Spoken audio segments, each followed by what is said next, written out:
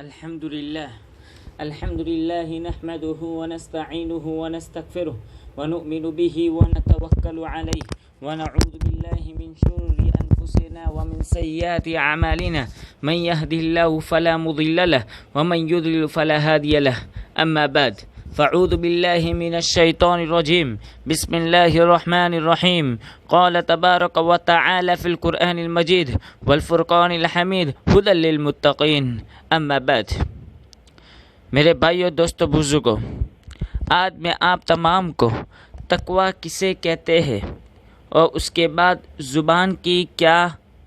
زبان ہمیں کیا سکھا سکتی ہے، زبان سے ہم کیا کر سکتے ہیں، ان دو چیزوں کے بارے میں بتانے جا رہا ہوں۔ سب سے پہلے ہم یہ سیکھنا چاہتے ہیں کہ تقوی کسے کہتے ہیں۔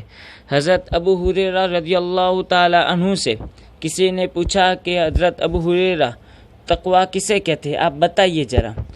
تو حضرت ابو ہریرہ رضی اللہ تعالی عنہ نے اس سائل سے کہا، کیا آپ کسی خوردہ زمین پر گئے ہیں یا دیکھا ہے؟ سائل نے کہا دیکھا ہے۔ اور کبھی وہاں پہ تو حضرت ابو ہریرہ رضی اللہ تعالی عنہ نے فرمایا، کیا آپ اس پر چلے بھی ہیں؟ تو انہوں نے فرمایا کہ ہاں چلا ہوں۔ تو پھر سے حضرت ابو ہریرہ رضی اللہ تعالی عنہ نے فرمایا، کیا آپ وہاں پہ کیا کرتے ہیں؟ تو سائل نے کہا کہ میں اس زمین پر جب جاتا ہوں تو اپنے کپڑوں کو اور چادر کو لپیٹ دیتا ہوں، سمیٹ دیتا ہوں۔ تو حضرت ابو ہریرہ رضی اللہ تعالی عنہ نے کہا یہی تو تقوی ہے۔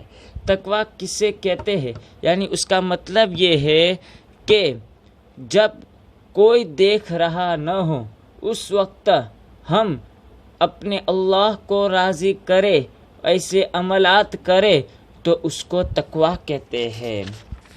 اب متقی کون ہے؟ متقی کون سے حضرات ہیں؟ متقی وہ لوگ ہیں جو کوئی چیز معلوم نہ ہو کہ یہ حلال ہے یا حرام ہے، باوجود کوئی چیز